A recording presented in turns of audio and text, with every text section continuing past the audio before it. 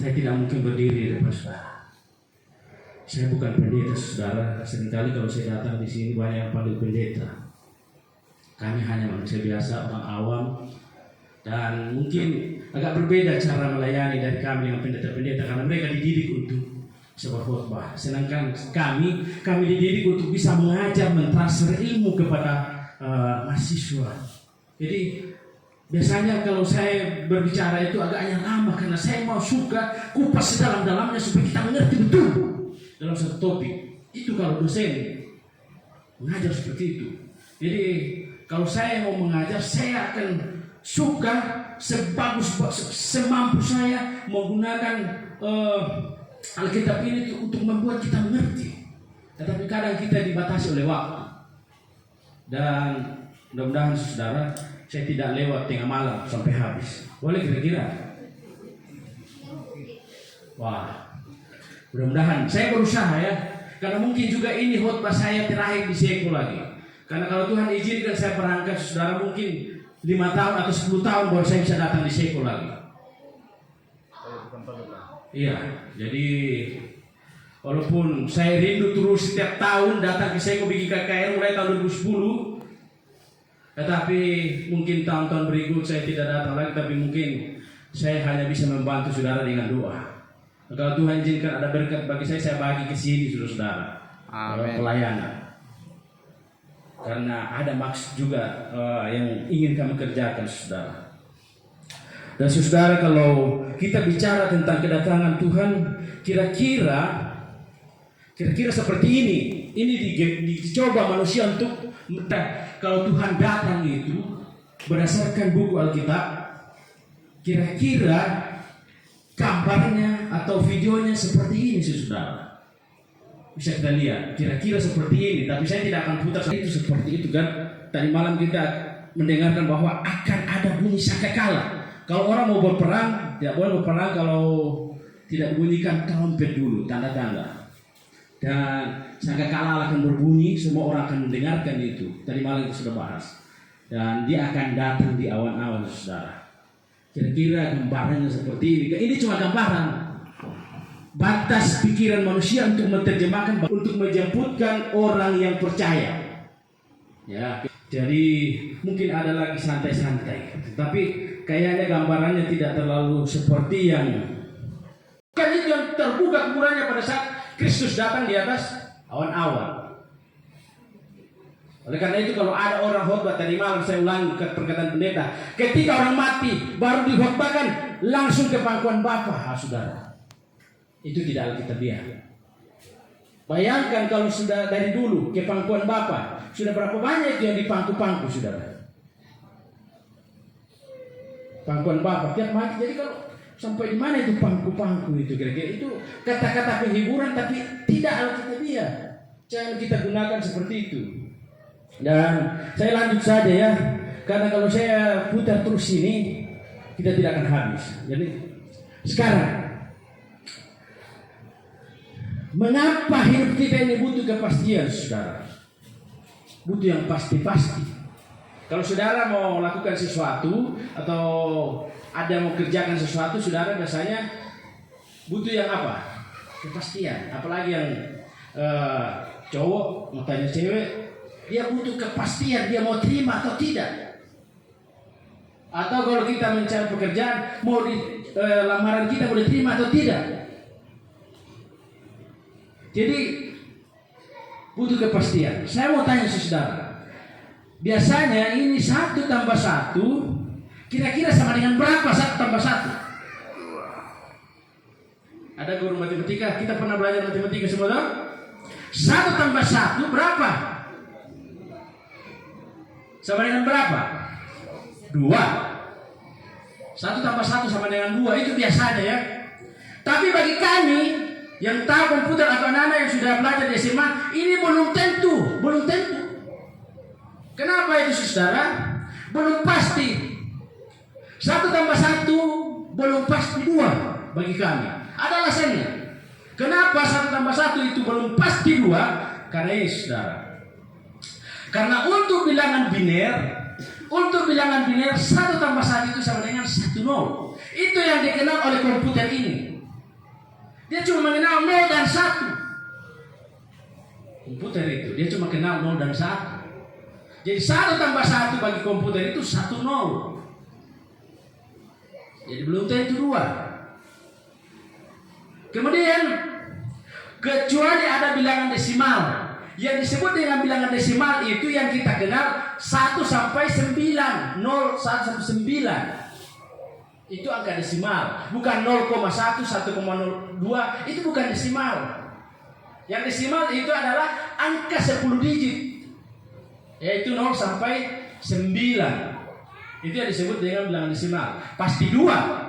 Dan ada juga namanya bilangan heksadesimal. Heksadesimal ini sampai F, ada hurufnya. Jadi 0, 1 sampai 9 baru mulai untuk 10 A, B, C, D, F. Jadi saya kasih sedikit pengetahuan tentang apa yang dikenal oleh komputer. Kemudian ada bilangan oktal. Kalau bilangan oktal itu cuma 8 angka. Kita tidak akan pernah temui angka 8. Jadi dia cuma 0 sampai 7. Kombinasinya yang ada itu bisa 2, masih sama. Tetapi kalau saudara bicara Alkitab, apa yang dibilang? 1 tambah 1 sama dengan berapa? 1 tambah 1 di Alkitab itu 1. Saudara tak percaya bisa buka ayatnya. Demikianlah manusia itu menjadi apa? 1. Alkitab. Tetapi ada juga rumus Alkitab 10 kurang 1 sama dengan 0. Nanti kita belajar sebentar itu. Matematikanya Alkitab beda dengan kita punya matematika. 10 kurang 1 jadi 0. Kalau saudara tidak percaya nanti kita lihat. Nanti kita lihat itu. Jadi mengapa kita butuh kepastian saudara? Ini saya ulangi. Karena kita tidak mau apa sih? Kita tidak mau apa? Tertipu. Kalau saudara dikasih janji, saudara mau tertipu dah. Siapa yang suka ditipu di sini? Ketika kita mau di bisnis atau sesuatu yang kita mau kerjakan, saudara mau ditipu dah? Pasti tidak mau. Apalagi soal keselamatan, siapa yang mau ditipu? Ada yang mau ditipu? Oh, saya tidak mau. Dari dulu saya tidak mau ditipu. Karena itu saya mau belajar Alkitab sebagaimana jemaat mula-mula ketika Rasul Paulus berkhotbah, mereka akan selidiki Alkitab ini apakah benar apa yang dikhotbahkan Rasul Paulus sesuai dengan apa yang tercatat. Saya tidak mau tipu, apalagi masalah keselamatan. Saya tidak mau. Saya butuh kepastian. Karena itu saya tidak mau ditipu. Kemudian yang kedua, karena banyak janji palsu. Atau kalau saudara lihat ada dengar lagu, memang lidah tak bertulang. Ada lagunya itu. Tak terbatas kata-kata. Nah ini kita tidak mau janji-janji palsu. Kemudian yang ketiga yang saya bisa lihat bahwa karena lain di hati, lain di bibir. Lain kita ucapkan, lain di dalam. Sebenarnya hati ini kalau mau diselidiki, hati itu bukan yang ada di sini. Tapi hati dalam Alkitab sebenarnya itu ini. Pikiran kita yang menjadi sumber segala sesuatu perbuatan kita. Lain yang kita pikirkan, lain yang kita buat. Karena kita tidak mau kecewa. Nah, itu karena kita butuh kepastian. Kenapa kita butuh kepastian? Karena kita tidak mau dikecewakan. Lalu apa? Ada yang pasti dari dunia ini. Apa yang pasti kira-kira? Kira-kira kalau ada yang tidak pasti, ada yang pasti. Yang pasti itu apa kira-kira? Yang pasti yang saya mau bagikan malam ini adalah sudah dibahas tadi malam bahwa yang pasti manusia akan mati. Semua yang hidup di atas dunia ini kecuali pas kedatangan Kristus tidak akan mati, yang lain yang percaya. Tapi sampai sekarang semua yang bernapas itu ada waktunya dia akan apa? Mati. Walaupun dengan teknologi manusia berusaha untuk membuat cloning atau membuat segala macam cara untuk bisa membuat orang itu bisa hidup kembali, tetapi itu belum berhasil sepenuhnya. Yang pasti mati. Dan yang pasti lagi adalah matahari terbit dari timur untuk sampai sekarang dan terbenam di barat. Itu pasti. Itu pasti. Tapi menurut teman-teman kita dari Muslim, kalau katanya matahari sudah terbit dari barat, oh kiamat. Tapi Alkitab tidak mencatat itu, saudara. Karena itu, saudara, malam ini kita harus pastikan. Kita harus pastikan kita ada di mana. Ya. Malam ini kita akan bahas tentang hukum Allah dan hari Sabat. Karena banyak orang bermasalah dengan ini. Banyak orang bermasalah. Namun sebelum lanjut itu, saudara, ini ada sedikit peta. Saudara kalau lihat ini, kira-kira peta apa ini? Ini garis-garis ini ada hijau, ada orange, ada merah, ada biru, ada warna janda ini ungu. Ini saudara kalau pergi di Singapura, ini ada di dalam tanah, saudara. Ini jalur yang ada di dalam kota Singapura. Kota Singapura kecil. Dan itu MRT atau kereta yang berjalan dalam tanah itu, ini dia punya jalur-jalur, saudara. Bayangkan berapa meter turun dalam tanah. Nah, seandainya ini tidak punya aturan, maka tabrak-tabrak ini nanti, ini kereta bagian terus. Kalau tidak ada aturan mainnya. Tapi karena sudah diatur sedemikian rupa, sehingga tidak ada tabrakan yang terjadi. Luar biasa itu, diatur. Saya geleng-geleng kepala ketika saya ke sana dan saya lihat itu, luar biasa ini kota Singapura ini. Bangunan itu ada berapa meter ke dalam? Karena sempit Singapura itu. Sudah dalam tanah lebih banyak itu bangunan daripada di atas. Di atas juga ada kasih muncul berapa lantai, tapi saudara kalau di sana tidak akan melihat rumah-rumah seperti ini. Hampir seragam semua itu rumah, karena apa? Rumah susun. Nah, bayangkan cuma orang-orang kaya yang punya rumah sendiri. Tapi semua itu biar pekerjaannya luar biasa, mereka lebih suka di rumah yang disusun bertingkat-tingkat. Karena terbatas lahan. Bahkan pertanian di sana mereka bikin bersusun. Tidak sama dengan kita sini, buka kebun luas-luas. Karena tanah masih banyak. Tapi di sana dia bikin berlantai-lantai itu pertanian. Seperti itu. Dan yang luar biasanya lagi, saudara, ini gedung ini, lihat ini ada gedung ini. Saya kaget ketika kami muncul dari jembatan sini. Di bawah ini ada mall di dalam, di bawah air. Di bawah air itu banyak bangunan di bawah. Ini saudara kami di dalam sini, ini tempat penjualan HP Apple. Itu HP-HP yang dari Amerika itu. Di situ dijual di dalam sini. Kaget kita waktu muncul dari bawah sini, saudara. Luar biasa dia bikin aturannya seperti itu. Saya lihat, bayangkan ini kalau sampai jebol, orang-orang di bawah ini, di bawah air ini mati. Tapi luar biasa dibikin. Dari sebelah sini, ini itu yang sebelah yang kami naik tadi. Dan ini yang kayak perahu. Ini ada bangunan-bangunan semua di dalam. Bayangkan itu Singapura. Dia bikin seperti itu. Luar biasa. Luar biasa sekali di Singapura itu. Dan saya mau ada satu saat mau bagikan ini. Ini lagi antrian, saudara. Antrian ini, kalau Mama Kemba tidak foto semua antriannya.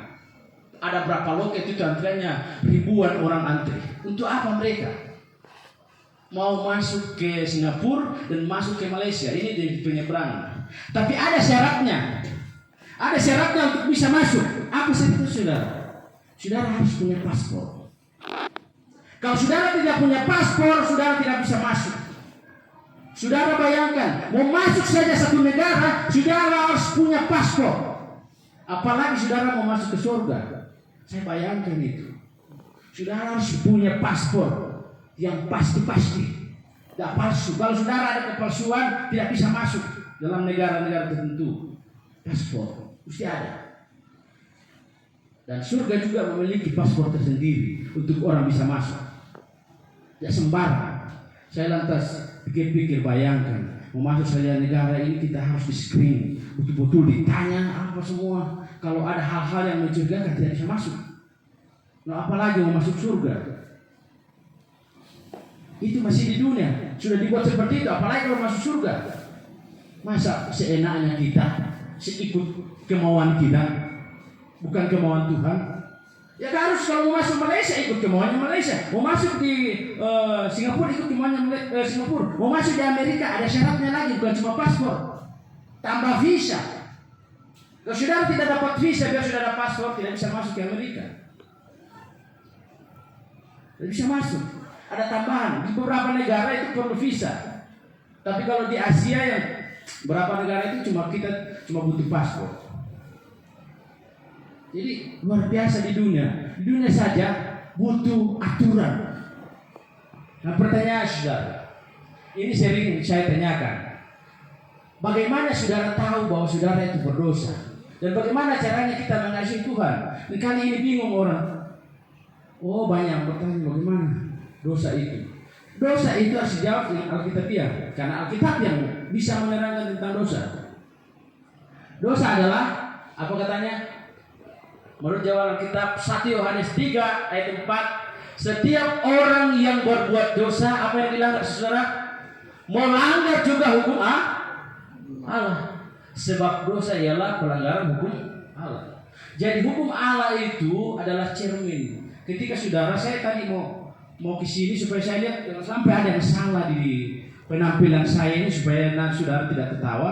Saya harus lihat cermin dulu. Ini sudah bagus, sudah sini, sudah posisinya bagus atau tidak? Atau jangan sampai ada dendosing, DP. Jadi lihat-lihat dulu, jangan sampai ada beda-beda yang kalau pakai beda tidak rata. Kalau wanita harus cermin dulu. Makanya bapak-bapak biasanya, kalau bapak sudah di mobil tapi ibu-ibu belum keluar. Kenapa? Mereka harus lihat dulu, jangan sampai beda, ada yang tebal, ada yang kurang. Dilihat di cermin. Saudara kalau mau tahu saudara berdosa atau ada kekurangan, saudara harus lihat di mana? Di hukum. Itu yang kita akan pelajari malam ini. Dan bagaimana saudara mau mengasihi Tuhan? Apakah kita dengan memberikan persembahan? Sudah memberikan persembahan mengasihi Tuhan? Tidak. Yang dia mau apa?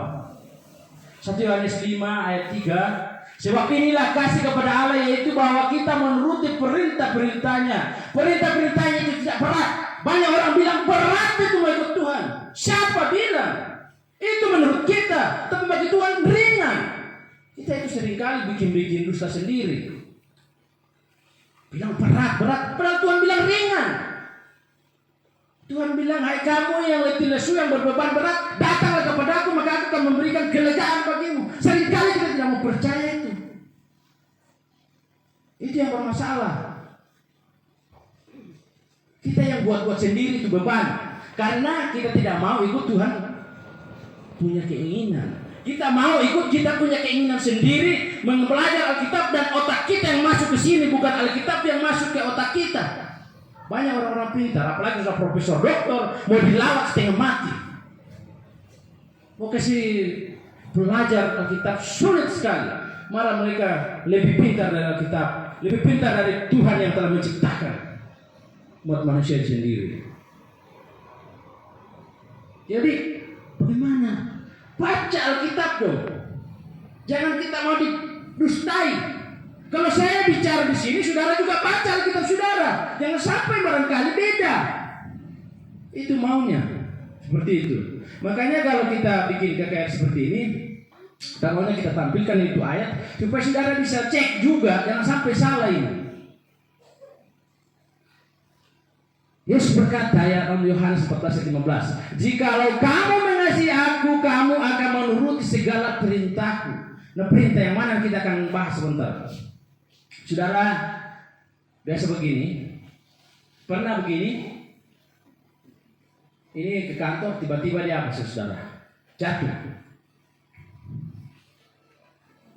Biasa juga begini, ada juga yang karena cepat-cepat turun tangga jatuh, ini mau bawa bunga ke pacarnya tapi ya sayang, karena mungkin terlalu gembira, dia tiba-tiba terjungkal. Dan ini yang banyak terjadi di Seko ini. Minta maaf pendengar tanya, kami ambil ilustrasi sedikit ya. Ini yang biasa terjadi. Maaf. ke pendeta Heri tadi supaya kami mau ambil sedikit ilustrasi, saudara. Kalau saudara jatuh, kira-kira rasanya bagaimana? Kalau saudara jatuh, apa yang saudara rasakan? Ada yang merasa sakit? Tapi pendeta tidak sakit tadi kan? Karena di air kan? Ada air. Dan pendeta katanya sudah biasa memang jatuh. Dan memang kalau mau naik motor di Seko harus berani jatuh. Kalau tidak berani jatuh, tidak akan pernah jadi naik motor. Karena itu ayah saya tidak pernah tahu naik motor. Untung bapak saya tidak tahu naik motor. Kalau dia tahu, wah tidak pulang rumah kayaknya. Sedangkan dia cuma jalan, sudah pagi-pagi dia sudah berangkat. Iya, seperti itu. Jadi luar biasa. Tapi biasanya juga kita apa? Kalau jatuh, malu. Tetapi biasanya ini kalau dekat-dekat 17 lagi di Seko ini. Ini kalau mau pemain bola dunia. Kalau mereka jatuh tidak malu, biar sampai kelihatan betul-betul memang sakit. Tapi kalau orang Seko yang jatuh jangan berani mau kelihatan sakit. Biar sakit dia akan berdiri dengan tegak karena takut diolok-olok. Makere. Jadi kalau dia sudah sakit, ini yang bermain kalau orang Seko itu. Sudah main tinju itu. Daripada dia sakit, lebih baik dia pukul. Jadi itu yang terjadi kalau di Seko. Tapi kalau pemain-pemain bintang ini, kalau mereka jatuh ya lebih bagus dia akan tambah kelihatan sakit daripada tidak kelihatan disakiti, supaya ada pelanggaran supaya mereka bisa cetak gol cepat. Tapi kalau saudara begini, enak kan kalau jatuh hati? Enak toh orang-orang muda kalau jatuh hati kepada seseorang itu yang lebih enak, itu jatuh yang enak. Tapi kita tidak mau bahas ya. Tetapi ini yang saya mau pesan saudara. Bagaimana perasaan Anda kalau jatuh dalam dosa? Apakah saudara akan merasa sakit atau terus senang terus? Tidak merasakan lagi, saya sudah jatuh dalam dosa. Saya menikmati dosa itu seperti kalau jatuh cinta. Atau tidak merasakan apa-apa lagi sehingga merasa nyaman dalam dosa, kita tidak mau berbalik lagi. Barangkali ada yang merasakan seperti itu, saudara. Mudah-mudahan ketika kita jatuh dalam dosa, kita akan rasa sakit, kita akan rasa malu, dan kita akan kembali kepada Tuhan. Maunya seperti itu. Saudara,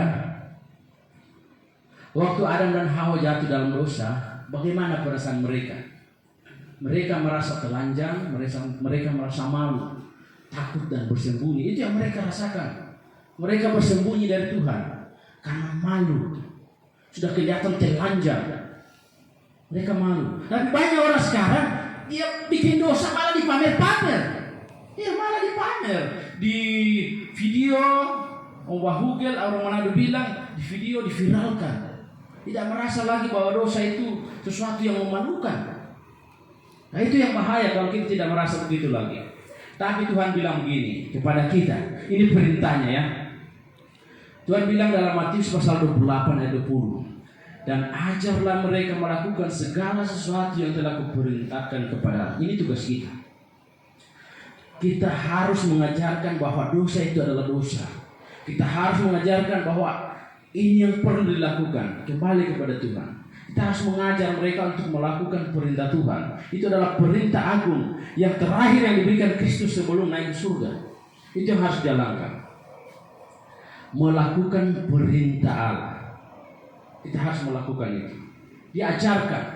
Perintah Allah yang bagaimana itu? Perlu ditekankan. Yang mana perintah Tuhan? Saudara, yang biasa di kota tahu ini. Tidak sembarangan ini. Nah sembarangan rambu-rambu ini dipasang. Jadi walaupun di Seko tidak ada rambu-rambu begini, tapi kalau turun kota harus tahu sedikit, jangan sampai tabrakan. Karena tidak tahu ini. Harus tahu. Sejak bumi ini dijadikan, Allah sudah memberikan rambu-rambu, dan rambu-rambu ini dibuat untuk apa, saudara? Menolong manusia dan bukan untuk mencelakakannya. Dan rambu-rambu juga ini kepolisian bikin di jalan-jalan itu supaya orang bukan apa, mau bikin kecelakaan, tapi menghindarkan kita dari kecelakaan. Dan Tuhan mau seperti itu. Dia buat perintahnya, dia buat aturan mainnya supaya kita bukan mau mati, bukan mau jatuh dalam dosa. Bayangkan saudara, ini ada matahari, ada bumi kita juga di sini berputar. Bayangkan kalau Tuhan pencipta alam semesta tidak atur sedemikian rupa ini, tabrak-tabrak di atas, bagaimana jadinya? Bayangkan kemahkuasaan Tuhan itu. Bumi ini berputar, saudara bisa rasakan. Nah, coba bayangkan kalau saudara berputar-putar, pusing enggak? Pusing. Ada tuh jemaat kami karena pergi ikut kampore di Jakarta, di Cibubur baru-baru, mereka masuk ke Taman Mini dan naik wahana, putar-putar, muntah-muntah. Nah, coba bayangkan kalau seandainya Tuhan tidak atur sedemikian rupa ini perputaran, kotoran dapat pusing sama di sini. Saudara mau rasa enak tinggal di bumi? Tidak akan pernah. Tapi Tuhan itu sudah buat aturannya luar biasa. Ini semua benda-benda angkasa itu pada posisinya dengan luar biasa. Tuhan itu mengatur karena Tuhan itu punya aturan, punya hukum untuk alam semesta ini. Saudara, Adam dan Hawa dalam Kejadian, saya cepat sedikit ya.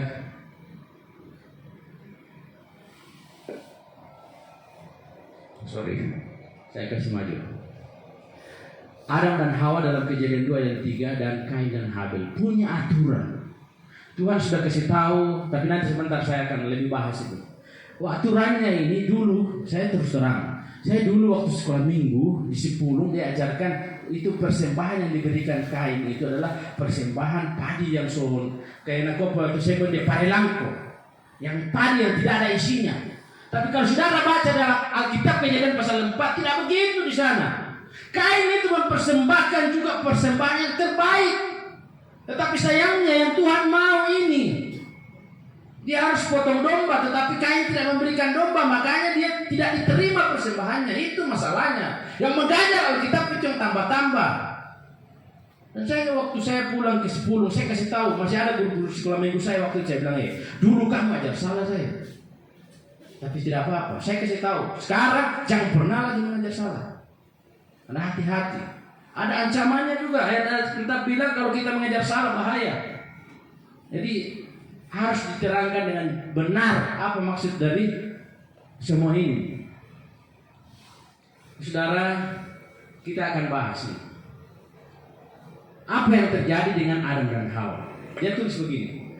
Lalu Tuhan Allah memberi perintah ini kepada manusia. Semua pohon dalam taman ini boleh katanya kamu apa? Makan buahnya dengan bebas.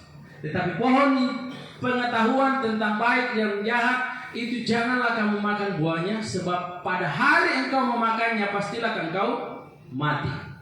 Adapun ular itu yang paling cerdik dari segala binatang di darat yang dijadikan oleh Tuhan Allah, ular itu berkata kepada perempuan itu, tentulah Allah berfirman semua pohon dalam taman ini jangan kamu makan buahnya, bukan?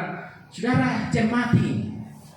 Bedanya ular dengan Tuhan apa di sini? Sudah beda sekali. Tuhan bilang semua pohon boleh dimakan. Setan putar begini. Tentulah Allah berfirman semua pohon dalam taman ini tidak boleh kamu makan. Lihat. Di sini saja sudah dibikin putar-putar. Dibikin pusing. Dia balik itu perkataan Tuhan. Dan banyak yang terjadi sekarang itu. Diputar. Tapi nanti sebentar kita akan belajar yang mana itu yang diputar-putar.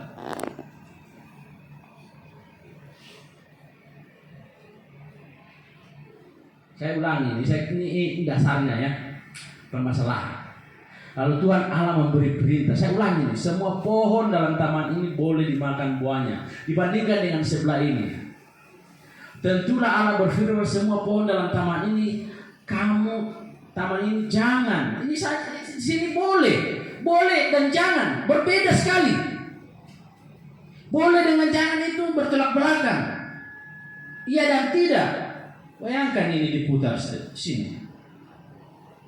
Baru di sini. Tetapi pohon pengetahuan tentang yang baik yang jahat itu janganlah kau makan buahnya, sebab pada hari engkau memakannya pastilah engkau mati. Setan bilang apa? Tetapi ular itu berkata kepada perempuan itu, sekali-kali kamu tidak akan mati. Beda sekali. Sudah beda. Tuhan bilang mau mati, setan bilang tidak mau mati. Bayangkan, mau mati dengan tidak mati, diputar. Boleh makan dengan tidak boleh makan. Saudara, secara logika ini kita sudah harus waspada sebenarnya. Setan ini cerdik. Karena memang dia lebih pintar dari kita. Kalau saudara mau tahu, setan itu bukan ada di atas dunia ini pertamanya. Dan setan itu bukan memang setan sudah jadi setan, tapi dia yang memilih jadi setan. Tapi kalau saudara belajar lebih dalam Alkitab bahwa setan itu sebenarnya berasal dari surga, dari tempat yang tidak berdosa. Tapi dia yang memilih untuk berdosa. Saudara boleh baca itu dalam buku Yesaya dan Yeskiel. Itu. Dan di dalam buku Wahyu lebih jelas lagi. Tapi kalau kita bahas itu saudara, butuh waktu lebih panjang belajar tentang nubuatan. Luar biasa setan itu. Orang Manado bilang putar balik. Kalau orang Seko bilang kabuto-buto. Iya, berbohong dia setan. Nah, sorry, saya perlu jelaskan. Sementara Tuhan untuk mengatur hidup manusia, Tuhan hanya butuh 10 hukum, saudara. Dia cuma butuh 10. Di dunia ini banyak sekali undang-undang. Banyak sekali undang-undang yang dibuat tetapi terus melanggar. Terus melanggar. Saya di negara kita saja undang-undang itu begitu banyak. Undang-undang itu begitu banyak, tapi masih pelanggaran banyak, korupsi banyak. Waktu kami baru-baru mengajar mata kuliah tentang pendidikan kewarganegaraan kepada mahasiswa Muslim banyak saya ajar, saya katakan kalau Tuhan dia punya hukum cuma 10. Saya tidak ragu-ragu sampaikan cuma 10. Tapi kalau itu dituruti manusia, maka bebaslah semua dari kejahatan. Kita di Indonesia, undang-undang dibuat oleh DPR bersama dengan Presiden, tetapi banyak sekali pelanggaran. Tapi banyak orang bilang, oh, hukum Tuhan itu tidak berlaku. Mari lihat apa yang Yesus katakan. Janganlah kamu menyangka bahwa aku datang untuk menyediakan hukum Taurat atau kitab para nabi. Aku datang bukan untuk menyediakannya, melainkan untuk menggenapinya. Tadi malam sudah dijelaskan ini. Menggenapinya, saudara. Bukan mau ditiadakan. Apa tuntutan hukum? Kalau manusia itu berdosa, tadi kita lihat harus apa katanya? Harus mati. Tetapi karena Tuhan sayang kita, dia mengulurkan tangannya, dia mencari kita orang berdosa yang tidak mau mencari Tuhan, dia datang di atas kayu salib, dia mau mencari kita yang tidak mencari-cari Tuhan. Mana manusia mencari Tuhan? Waktu manusia jatuh dalam dosa, Tuhan yang datang cari. Adam, di mana kau? Di mana? Dia datang. Apakah Tuhan tidak tahu Adam di mana? Tuhan tahu. Tapi Tuhan mau sebenarnya ada respon dari manusia itu. Oh, kami di sini Tuhan. Tapi nanti 3 kali panggil-panggil baru apa? Baru dia menjawab. Luar biasa. Tuhan itu yang datang menginisiatif cari manusia. Jadi Yesus datang itu mati di kayu salib bukan mau hapuskan tentang 10 perintahnya, tidak.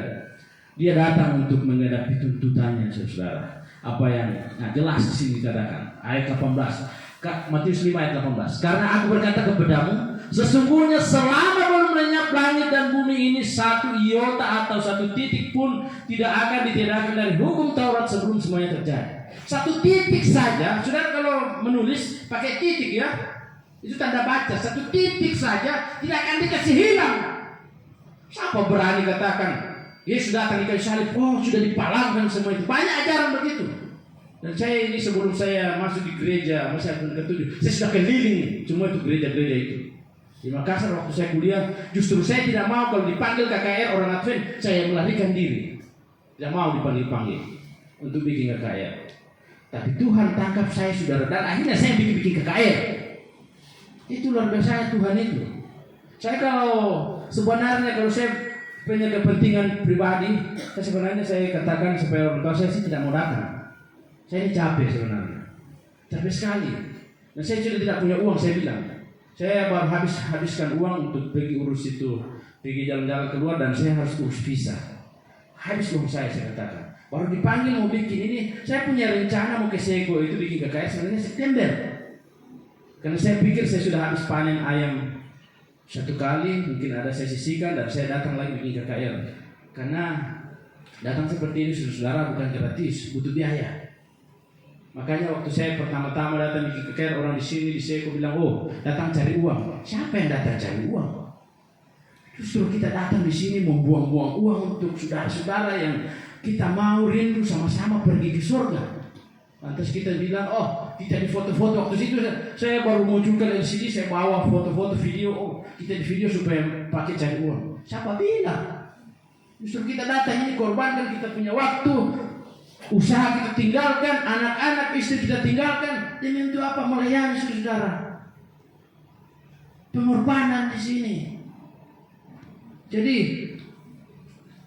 demi orang mau ke surga, orang Manado bilang. Di dalam buku Alkitab itu sudah dibahas sebelumnya. Jumlah buku 66, jumlah pasal sekian. Ini gampang karena ada komputer yang bisa hitung. Dulu mana ada ini, mesti hitung satu-satu. Tapi dengan adanya ini komputer ini gampang, bisa hitung itu. Bahkan berapa kata juga bisa dihitung kok itu. Nah, 10 hukum atau perintah itu kekal karena itu hukum itu merupakan pantulan atau sifat Allah itu sendiri sebagaimana yang tulis dalam Alkitab. Nanti kita lihat ada berapa ayat. Saya cari cepat ini. Demikian itu Allah dengan hukumnya. Ini pantulan dari tabiat Allah. Tuhan Allah itu baik dan hukum Tuhan itu baik. Saudara bisa baca 1 Timotius. Kalau tidak ini sempat foto saja. Saya mau kasih cepat saja ya. Karena kalau saya bahas satu-satu saya mau cepatkan saja baru saudara bisa foto ini kalau ada HP saudara baca dan saudara baca di rumah. Ini. Dan cepat. Nah, baru saya mau jelaskan sesuatu saudara. Ini Tuhan Allah itu kudus, hukum kudus dalam Roma 7 ayatnya semua, kemudian sempurna, Allah itu sempurna, Allah itu suci, hukumnya juga itu suci dan murni, adil, benar, rohani. Hukum Allah itu rohani dan hukumnya juga itu rohani, adil, benar, ya. Kemudian setia, Allah itu setia, hukumnya juga setia, kasih, ada hukum kasih juga saudara, tidak berubah. Ada orang bilang oh sudah berubah. Siapa bilang berubah? Manusia yang bilang berubah. Tuhan itu tidak pernah berubah dan hukumnya juga itu tidak pernah berubah. Kekal. Allah juga itu kekal, kokoh, teguh. Hukumnya juga itu dalam Mazmur 111 ayat 7 dan 8. Nanti saudara baca. Saya tidak mau baca satu-satu. Jadi dalam Alkitab yang sudah dibahas pada malam pertama itu jelas sekali tentang umat. Dan ada yang saya mau katakan di sini saudara.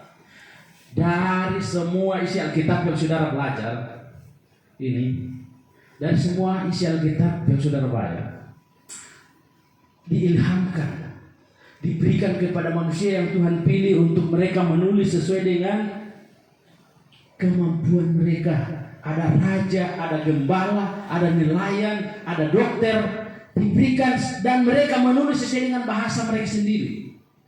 Tetapi ada satu yang Tuhan tidak pernah kasih mandat saudara untuk tulis. Ada satu. Apa itu yang satu itu? Saudara bisa baca dalam Alkitab. Keluaran 31:18. Dan Tuhan memberikan kepada Musa setelah ia selesai berbicara dengan dia di Gunung Sinai kedua loh hukum Allah, loh batu yang ditulis oleh jari Allah. Keluaran 30:16. Kedua loh itu ialah pekerjaan Allah dan tulisan itu ialah tulisan Allah ditujuk pada loh batu. 10 perintah Allah itu yang saudara sering baca mungkin kalau ke gereja, itu bukan diberikan kepada manusia, diilhamkan kepada manusia, tetapi saudara kan baca di sana bahwa jari Allah langsung menulis pada dua batu. Tidak ada yang lain. Yang lain sudah bisa dengarkan bahwa itu berfirman, Tuhan berfirman. Memang sebelumnya kalau saudara baca di Keluaran pasal 20 itu hanya berfirman. Dan saudara baca itu sebenarnya waktu Allah cuma berfirman, manusia itu orang Israel waktu itu hampir mau mati. Makanya orang Israel bilang, Musa, orang Manado bilang, nada ke tunai menghadap Tuhan. Mau mati orang kalau dengan orang yang berdosa ini mau menghadap Tuhan. Bayangkan, itu baru bersuara Tuhan, berfirman. Dan firman itu diucapkan. Tidak cukup dia ucapkan, dia tulis lagi di dua batu. Karena begitu pentingnya 10 perintah Allah itu. Karena itu yang menentukan kita bisa masuk surga atau tidak. Kita mau dipastikan masuk surga atau tidak. Karena kewarganegaraan kita bukan di atas dunia ini sebenarnya. Tapi kewarganegaraan kita itu adalah dalam surga. Kita ini warga kerajaan surga, tapi ada orang tidak mau ke sana. Mereka justru yang memilih untuk tetap tinggal di atas dunia ini. Memang kalau kita belajar kitab, dunia ini kita akan perbaharui. Tapi Tuhan akan kasih bonus bagi orang-orang percaya 1000 tahun tinggal di surga. Barulah dia akan turunkan Yerusalem baru. Tapi tidak panjang waktu kita untuk bahas itu. Saudara, luar biasa Tuhan itu. 10 perintah Allah itu dia tidak mewakilkan kepada Musa, tetapi dia berfirman dan dia tulis lagi di jari dengan jarinya sendiri di 2 batu. Saya waktu jalan-jalan pergi di lihat tanah di dalam situ, ada di pondok. Saya foto waktu itu, tapi saya sudah lupa ambil gambarnya itu. Saya cari-cari, tapi karena tahun lalu ditulis itu jangan mencuri, 10 hukum Allah. Ternyata masih berlaku kota itu, orang Manado bilang. Padahal orang bilang tidak berlaku. Tetapi yang satu yang orang tidak mau, yang itu yang kita akan kasih belajar malam ini. Satu saja yang mereka tidak mau, makanya mereka tidak berlaku. Padahal ini adalah karya Allah sendiri. Jangan main-main, saudara. 10 perintah Allah yang mana itu? 10 hukum Allah. Hukum yang pertama, jangan ada padamu Allah lain di hadapanku. Keluaran 20:3. Ya, cepat-cepat, karena kita sudah hafal ini. Sudah hafal. Apalagi kalau saya waktu di sini, saya di sini belajar dulu 10 perintah Allah. Saya ini lengkap. Saya dibaptis waktu kecil, saya tidak tahu ada sudah baptisannya atau tidak. Saya tidak tahu orang tua saya baptis tanggal berapa, saya tidak tahu. Karena masih kecil, masih anak-anak kok dibaptis. Itulah kesalahan manusia menafsirkan Alkitab tidak sesuai dengan apa yang Alkitab bilang. Jangan membuat bagimu patung dan jangan kamu sujud menyembah atau beribadah kepadanya. Tetapi ada orang bikin patung, bikin sembah patung. Saudara, tidak perlu jelaskan itu. Banyak orang menyembah patung. Dia bikin itu baru mereka sembah. Bayangkan Allah mereka bikin untuk disembah. Mereka buat baru sembah. Masa Tuhan seperti itu? Apa kuasanya Allah seperti itu? Kita buat sendiri, baru kita sembah. Itu saya mau katakan tidak masuk akal bagi saya. Masa Tuhan kita bisa buat baru kita sembah? Bukannya Tuhan itu pencipta. Itu kebalikan. Nah, yang ketiga, jangan menyebut nama Tuhan Allahmu dengan sembarangan, sebab Tuhan akan memandang bersalah orang yang menyebut namanya dengan sembarangan. Tapi ini sering manusia ini sebut-sebut nama Tuhan. Mau jatuh sebut nama Tuhan. Kali sembarangan saja, jadikan lelucon itu nama Tuhan. Padahal nama Allah itu suci, kudus, mulia. Tidak boleh sembarangan sebut nama Tuhan. Tapi seringkali kita, karena orang Manado bilang baku sedu, lelucon-lelucon, sampai sembarang saja kita bilang, ya Tuhan. Jadi sembarang, padahal tidak boleh. Kemudian ini saudara, hukum yang keempat. Ingatlah dan kuduskanlah hari Sabat. Banyak orang tidak mau ini. Yang lain boleh berlaku. Saya foto. 10 perintah dilarang mencuri. Saya dalam hati, ternyata 10 hukum berlaku juga. Saya lucu dengan orang-orang ini. Katanya tidak berlaku, tapi kata mencuri berlaku. Bagaimana caranya?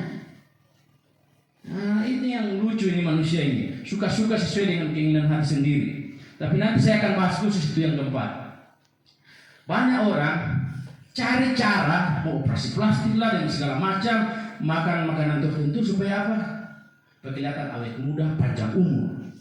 Tapi mereka lupa Tuhan sudah punya resep panjang umur yang luar biasa. Apa resepnya? Hormatilah ayah dan ibumu supaya lanjut umurmu di tanah yang diberikan Allah kepadamu.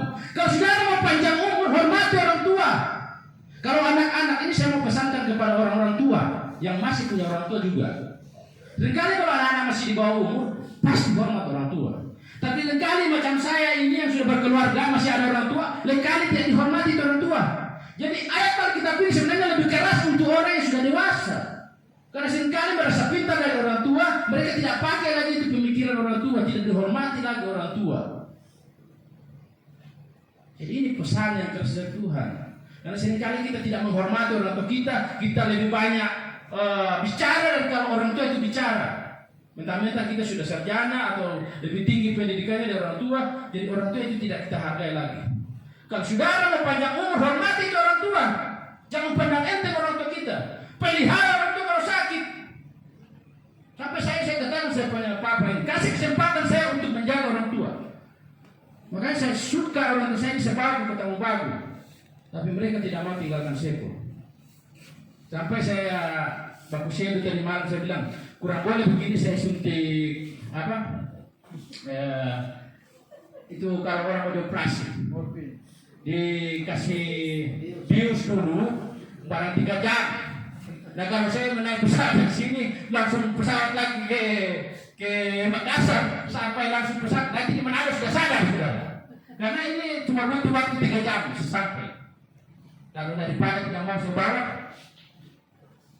dan saya mau berkerinduan, ini mungkin sudah robek, ini boleh ganti. Saya mau memelihara juga orang tua saya, karena itu penting. Saya suka mengurus panjang. Saya suka mengurus panjang. Jadi saya tidak perlu bahan lain. Saya menghormati orang tua saya mau memelihara orang tua saya dan bisa umur panjang. Itu resep umur panjang. Tapi kalau saudara tidak hormati orang tua bilang, jangan minum, jangan keluar malam, jangan pelan-pelan bawa motor.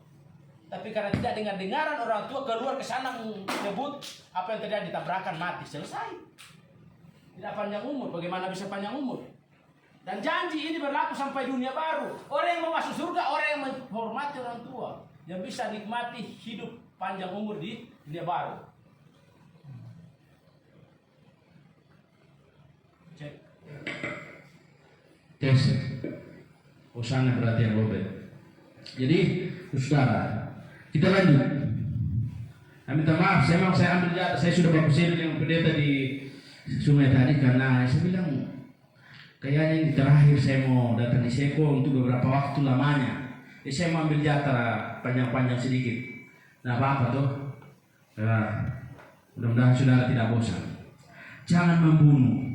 Tidak boleh membunuh saudara. Sedangkan saudara pukul saja sekarang masuk penjara. Jadi lebih baik saudara yang dipukul daripada saudara memukul. Ini saya mau kasih tahu rahasia hukum. Lebih baik saudara yang dibenjol-benjol daripada karena hebat dulu. Oh tidak mau kalau dipukul, harus saya balas. Tidak. Lebih baik saudara dipukul saja dan saudara pergi ke polisi, visum, saudara akan dapat uang. Saya mau kasih tahu rahasianya. Ini hukum yang ada sekarang. Saudara visum, saudara lapor, saudara akan dapat uang. Orang yang memukul Anda, apalagi kalau sampai keluar darah, lebih banyak lagi mau bayar dan itu baru bisa. Saya guru-guru, saya katakan waktu saya dikasih sambutan untuk di pendidikan ketika anak kami tamat di sekolah SMP Advent di Kota Membaru. Saya katakan berat nih guru-guru. Dulu kita dipukul guru tidak ada masalah, Tapi sekarang coba guru-guru pukul siswa, masuk polisi. Jangan coba-coba itu. Nah, jangan berzina. Tapi ya orang berzina bahugel, malah diposting, dikasih heboh lagi. Sudah tidak merasa berdosa, senang berzina. Saudara Tuhan sudah bilang jangan berzina, tidak boleh masuk surga, saudara. Jadi kalau saudara kita itu melakukan itu bertobat kita saudara supaya bisa masuk surga. Tuhan bilang jangan mencuri, lebih baik minta daripada saudara curi. Kalau saudara mencuri tidak masuk surga lagi. Kemudian jangan mengucapkan saksi dusta tentang sama manusia. Nah biasa ini. Makanya dulu cita-cita saya sudah seleksi. Saya tidak mau menjadi orang hukum. Karena saya sudah lihat itu pengacara itu mereka putar waktu sampai bagaimana supaya mereka bisa dapat cuan, dapat uang. Yang benar bisa dibikin salah, yang salah bisa bikin benar. Bertentangan dengan Alkitab. Jadi saya tidak mau profesi itu dulu. Saya tidak mau profesi itu karena mau banyak membuat dusta. Kemudian yang 10, jangan mengini rumah sesamamu, jangan mengini istrinya atau hambanya laki-laki atau hambanya perempuan atau lembunya atau keledainya atau apapun yang dipunyai sesamamu. Keinginan. Karena keinginan ini bahaya. Manusia jatuh dalam dosa karena keinginan. Keinginannya mau sama dengan Tuhan. Demikian pun Lucifer atau setan itu mau ingin sama dengan Tuhan. Jadi jangan kita mau ingin sama dengan, boleh kita berusaha, tapi jangan diingini milik orang lain. Karena kalau kita sudah ingini, mau jatuh dalam dosa. Jadi jelas saudara ya. Ini sering kita pelajari. Jadi Nuh batu pertama 1-4 kasih kepada Allah ini ya, kasih kepada Allah. Kemudian roh batu kedua 5-10 itu kasih kepada sesama manusia. Makanya waktu Yesus ditanya hukum mana yang terutama, Yesus langsung jawab apa? Kasihilah Tuhan Allahmu dengan segenap hatimu. Itulah hukum yang apa katanya? Pertama dan yang terutama. Dan hukum yang kedua yang sama itu ialah kasihilah sesamamu manusia. Pada kedua itulah tergantung seluruh hukum Taurat dan kitab para nabi. Tidak lain yang dibicarakan Yesus itu sendiri yang membuat hukum itu adalah ini 10 perintah Allah ini, tidak lain. Jadi jangan kita putar-putar itu ayat Alkitab. Nah, berapa banyak dari hukum-hukum ini yang harus dituruti? Itu yang saya katakan tadi. Matematika Alkitab 10 kurang 1 0. Mari kita lihat itu 10 kurang 0. 10 kurang 0. Yakobus ayat 10. 10 kurang 1 jadi 0. Sebab barang siapa menuruti seluruh hukum itu tetapi mengabaikan satu bagian daripadanya, ia bersalah terhadap seluruhnya. Kalau saudara menjawab pertanyaan dari guru, 1 salah masih boleh dapat angka 9. Tapi kalau bagi Tuhan, 1 saudara bikin salah dapat apa? 0. Semua dianggap salah. Itu yang saya bilang matematika kita beda dengan matematikanya manusia. 0.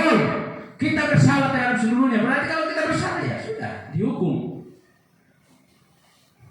Yakobus ayat 11. Sebab ia yang mengatakan jangan bersinah, maka diperjelas sekali ini. Yang mana itu yang dimaksud? Ia yang mengatakan jangan bersinah, ia mengatakan juga jangan membunuh, jadi jika kamu tidak bersinah tetapi membunuh, maka kamu menjadi pelanggar hukum juga. Maka lanjut dia katakan,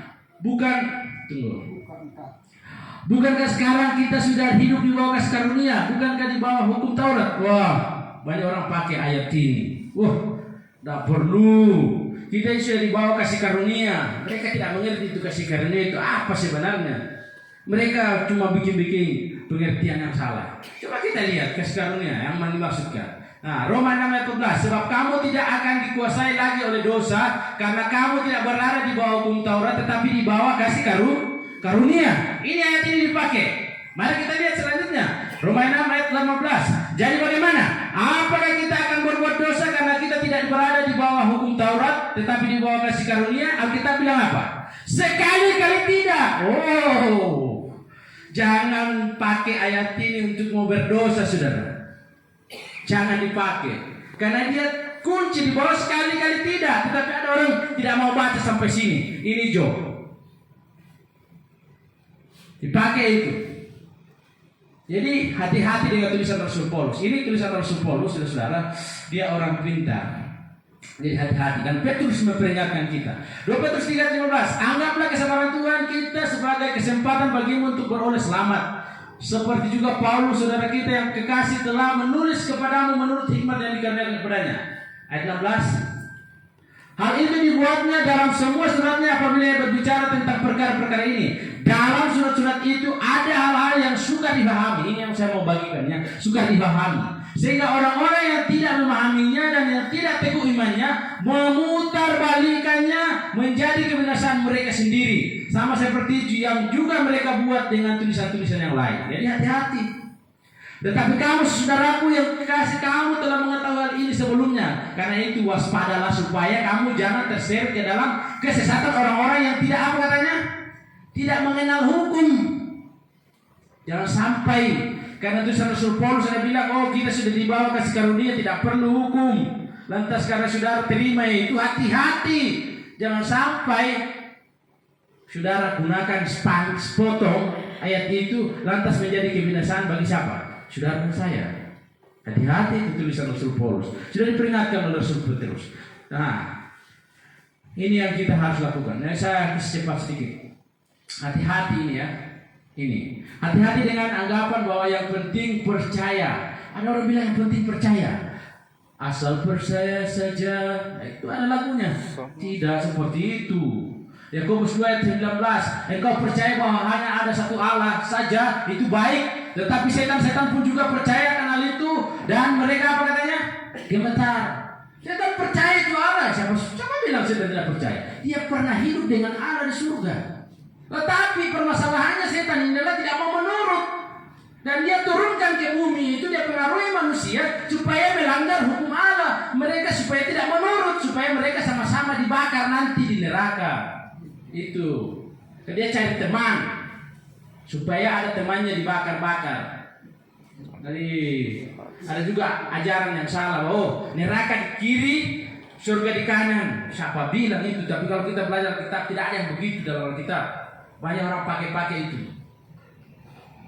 Ayat 20, hai manusia yang bebal, maukah engkau mengakui sekarang bahwa iman tanpa perbuatan adalah iman yang kosong. Jadi kalau saudara tidak memiliki perbuatan, saya percaya, tapi saudara tidak pernah masuk hari Sabat, bagaimana? Bagaimana mungkin? Saudara-saudara katakan saya percaya Tuhan, sementara perintah Tuhan 10, ada satu saudara lalaikan, bagaimana mungkin? Hati-hati dengan anggapan ini saudara, ya. Tidak perlu penurutan, jangan sampai kita menyesal. Yang menyesalnya itu dalam masih setuju. Tadi pendeta Jeba sudah ingatkan kita PKK di sini. Dia ingatkan kita PKK ini ayat. Dan saya juga kaget waktu saya belajar kitab, saya baca ayat ini saudara. Karena dulu saya sering ikut KKR yang dari gereja-gereja mana saja bikin KKR, saya suka ikut. 21, Matius 7 ayat 21 sampai 23. Bukan setiap orang yang berseru kepadaku Tuhan, Tuhan akan masuk ke dalam kerajaan surga, melainkan dia yang melakukan dengan Bapakku yang di surga. Jadi tidak semua orang yang bilang Tuhan Tuhan itu masuk ke dalam kerajaan surga saudara. Saya masih ingat, ini orang tua saya waktu saya masuk Atlen, ada itu pengobatan di Meko di Sulawesi Tengah.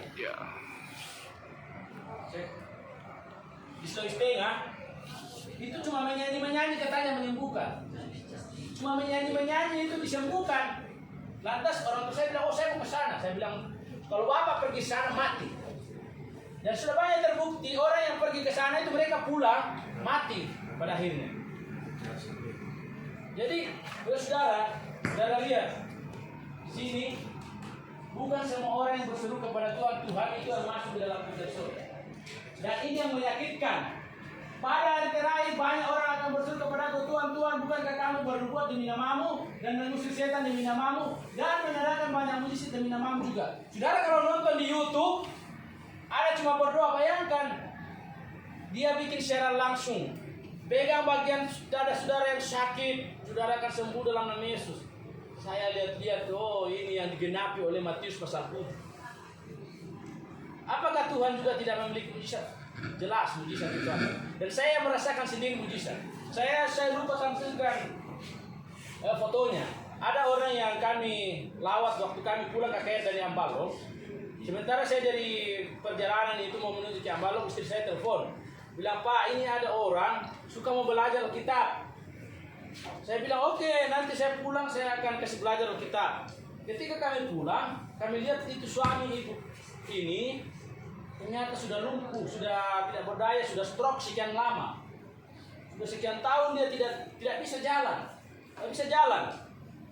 Dan permintaan saya kepada Tuhan berikan saya kuasa. Kalau memang Tuhan izinkan saya berdoa dan orang ini sembuh, biarlah itu terjadi.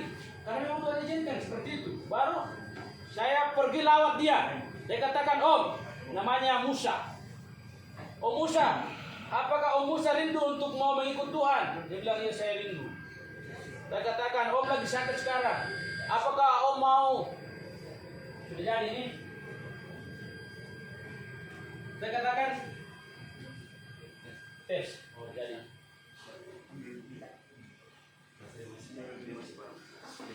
Saya katakan, Om Musa, apa Om Musa suka jalan? Dia bilang, iya saya suka jalan. Dan saya katakan begini, Om Musa, jangan kecewa. Saya akan berdoa untuk Om Musa. Kalaupun Om Musa tidak sembuh sekarang, ada janji Tuhan bahwa ketika dia datang di atas awan-awan, dia akan mengubahkan Om Musa dari lumpuh, dia akan berjalan. Percaya itu Om Musa, ya percaya. Jadi jangan kecewa ketika saya berdoa, saudara Om Musa ini tidak sembuh. Dia bilang, iya biar saya tidak sembuh, saya tetap mau ikut Tuhan sekarang. Karena sudah lama saya rindu untuk kembali kepada Tuhan. Saya bilang, oke, kita berdoa. Dan kita minta dalam nama Tuhan. Waktu dia mau dibaptis, sudah dijemput dengan kursi roda. Sudah dibawakan kursi roda. Waktu dia ambil keputusan untuk mau dibaptis. Mau pergi baptis harus dengan kursi roda. Tetapi puji Tuhan dinyatakan. Begitu dia turun dari mobil, dia sudah bisa menginjakkan kakinya dan berdiri. Saudara tidak percaya, ada videonya. Saya lupa lagi tampilkan video. Dia berjalan waktu itu karena kami yang bawa itu ke pulang baptisan takut. Terpaksa masih pegang kiri kanan, pegang. Dan sesudah dibaptis dia pakai tongkat. Tetapi terakhir sudah berapa bulan ini dia tidak pakai tongkat sama sekali lagi sampai sekarang. Tidak pakai tongkat. Tapi penyembuhan yang saudara lihat di TV, di YouTube itu saya sudah pernah ikuti dulu. Mereka begitu di situ berjalan, tapi pulang rumah lumpuh lagi. Karena itu bukan Tuhan pemau, tetapi karena dia menggenapi Alkitab Matius pasal 7 ayat 21 sampai 23. Hati-hati kita. Hati-hati. Jadi jangan sampai ini terjadi. Kita menyesal pada akhir ini, pada hari terakhir. Kalau sudah pada hari terakhir, tidak ada kesempatan. Kesempatan itu malam ini, saudara. Kesempatan itu malam ini. Jangan. Jadi kalau sudah pada hari terakhir tidak ada lagi ampun itu, tidak ada. Itu istilahnya, apalagi kalau saudara mati sebentar malam, jangan lupa. Kita pergi tidur itu sebenarnya Alkitab bilang mati itu bagaikan tidur. Alkitab itu memang tidur. Berapa kali Yesus menyembuhkan orang, membangkitkan orang mati? Ada Lazarus dan ada anak dari Yairus. Tuhan bilang dia cuma tidur. Karena bagi Tuhan itu mati itu adalah tidur. Dan saudara sebentar pergi tidur sebenarnya saudara belajar mati. Kalau saudara tidak bangun lagi besok pagi berarti sudah terus mati. Jadi kalau kesempatan Tuhan kasih kita bertobat cepat. Karena kalau tidak, bahaya. Hari terakhir. Jadi baca baik-baik ini. Pada waktu itulah dia bilang, oh saya sudah berbuat demi namamu juga. Barangkali juga saya, pendeta tadi malam sudah jelaskan, yang Tuhan mau lihat dia punya akhir. Barangkali saya khotbah ini, tapi karena ketika berjalannya waktu saya murtad. Saya tidak lagi dalam kebenaran. Oh, ini yang kena sama saya. Saya berkhotbah tapi akhirnya saya tidak masuk surga. Pada waktu itulah aku akan berterus terang kepada mereka dan berkata, aku tidak pernah mengenal kamu, hanyalah daripadaku kamu sekalian pembuat kejahatan. Bayangkan sudah kasih sembuh orang sakit, sudah bernubuat tapi tidak masuk surga. Luar biasa. Kecewa. Tapi mau diapa? Sudah hari terakhir, tidak ada lagi kesempatan. Jadi hati-hati. Bagaimana cara kita mengetahui kalau kita mengenal Allah? Seperti kata Alkitab tadi, kamu tidak mengenal aku. Bagaimana caranya supaya kita kenal Tuhan? Mari kita lihat dalam 1 Yohanes 2 ayat 3 sampai 6 dia kasih petunjuk. Dan inilah tandanya bahwa kita mengenal Allah, yaitu jikalau kita menuruti perintah-perintahnya. Jadi kalau saudara mau tahu saudara kenal Tuhan, satu-satunya yang saudara harus lakukan adalah melakukan perintah-perintahnya, tidak ada yang lain. Ayat 4, barang siapa berkata aku mengenal dia tetapi ia tidak menuruti perintahnya, diulangi ini. Kalau ini sesuatu yang diulang-ulang itu berarti penekanannya itu harus, mesti. Bayangkan diulangi. Barang siapa berkata aku mengenal dia tetapi ia tidak menuruti perintahnya, ia adalah seorang pendusta dan di dalamnya tidak ada kebenaran. Sudah, saudara tahu. Kalau saudara mau tahu ada di dalam Tuhan atau tidak, seperti Matius pasal 7 tadi, ya cek jo. Orang Manado bilang, cek.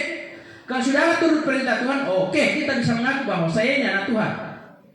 Tapi banyak orang malu-malu diketahui jadi anak Tuhan. Tapi kalau jadi anak anggota dewan, jadi anak anggota Polri, oh bangga sekali. Apalagi kalau anak presiden, oh bangga. Tapi disebut anak raja alam semesta, seringkali malu.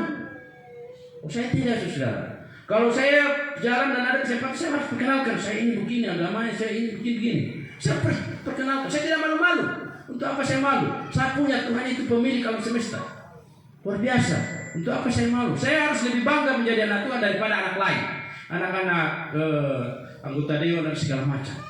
Lebih baik saya jadi anak Tuhan daripada yang lain. Karena luar biasa. Tetapi barang siapa, ini diulang. Ayat 5, dan barang siapa menuruti firman-Nya, di dalam orang itu sungguh sudah sempurna kasih Allah. Dengan itulah, jelas. Alkitab jelas sekali. Dengan itulah kita ketahui bahwa kita ada di dalam Dia. Bagaimana caranya kita ketahui? Yaitu menuruti perintah-perintahnya. Dengan itu, tidak ada yang lain. Kalau saudara turut 10 perintah Allah, saudara itu berarti anak Tuhan. Saudara ada dalam Tuhan. Tetapi kalau saudara tidak turut 10 perintah Tuhan, jangan berani mengaku saya ada dalam Tuhan. Karena Alkitab dengan tegas mengatakan, barang siapa mengatakan bahwa ia ada di dalam Dia, ia wajib hidup sama seperti Kristus telah hidup. Dia tidak pernah melanggar hukum. Ini bukti dalam Daniel pasal 3 ayat 1 sampai 30 kalau saudara baca ini nubuatan. Pada satu ketika waktu ini orang Israel ditawan di Babylon karena mereka tidak menyembah Tuhan, mereka melanggar perintah Tuhan, akhirnya mereka ditawan. Tetapi ada 3 pemuda Ibrani ini waktu disuruh sembah patung karena bertentangan dengan 10 perintah Allah, mereka tidak mau menyembah patung. Kendati pun ancamannya kalau saudara baca di sana, mereka akan dilemparkan ke dalam dapur api yang menyala-nyala yang dipanaskan 7 kali lipat. Tapi ketika pemuda Ibrani ini mereka berani mati. Mereka berani mati daripada mau menyembah patung. Karena itu bertentangan dengan 10 perintah Allah. Jangan ada padamu patung. Jangan membuat patung dan kau menyembah. Mereka tidak mau sembah dan apa yang terjadi? Ketika mereka dilemparkan ke dalam api. Tadinya 3 orang dilemparkan ke dalam api. Sesudah itu raja lihat berapa orang di dalam. Bukannya berkurang, malah jadi 4 di dalam. Siapa itu 1? Yesus ada di dalam bersama-sama dengan mereka. Baju mereka pun tidak terbakar. Justru orang yang melemparkan mereka ke dalam api, justru mereka yang terbakar. Saudara bisa bayangkan itu. Jadi kalau dengan Tuhan jangan pernah ragu. Kalau Tuhan izinkan saudara tidak mengalami apa-apa, tidak akan mati. Demikian pun Daniel. Karena dilarang orang berdoa, tetapi Daniel berdoa, temannya yang sama-sama dibawa di Babylon. Temannya ini, Sadrak, Mesak, dan Abednego dan Daniel. Waktu diperintahkan tidak boleh orang ada berdoa, justru Daniel menunjukkan dia berdoa. Dan apa yang terjadi? Dia harus dilemparkan ke dalam gua singa. Apakah singa memakan Daniel? Saudara baca dalam buku Daniel, tidak. Karena Tuhan menjaga. Saudara jangan ragu dengan mengikuti perintah Tuhan. Mungkin saudara akan dikucilkan oleh teman-teman, tetapi yakinlah, percaya bahwa Tuhan menyediakan lebih banyak teman lagi. Amen. Lebih banyak teman. Jadi jangan ragu dengan itu. Saya mau ulangi sini saudara. Hati-hati mengajar kitab. Yesus berkata Markus 9 ayat 42. Barang siapa menyesatkan, ini hati-hati.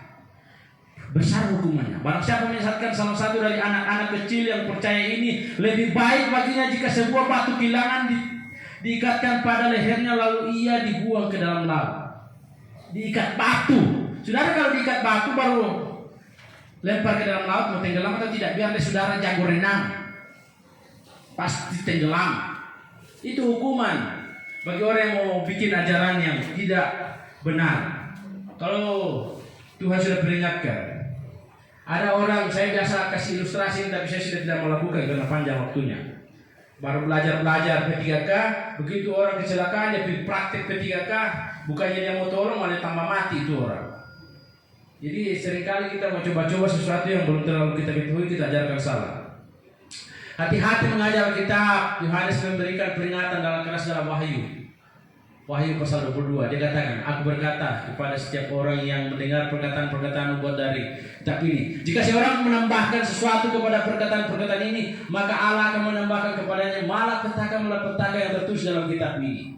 Kemudian, dan jika seorang mengurangkan sesuatu dari perkataan-perkataan dari kitab nubuatan ini, maka Allah akan mengambil bagiannya dari pohon kehidupan dan dari kota kudus seperti yang tertulis dalam kitab ini.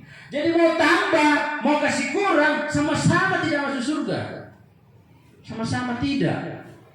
Jadi apa yang harus dilakukan? Kasih pas. Kalau kita bilang begitu, itu yang diajarkan. Jangan saudara tambahi dan jangan saudara kurangi. Jangan ditambah-tambah. Tidak ada dalam kitab kok dibikin-bikin sendiri. Tidak ada dalam kitab baptis anak-anak, dibaptis anak.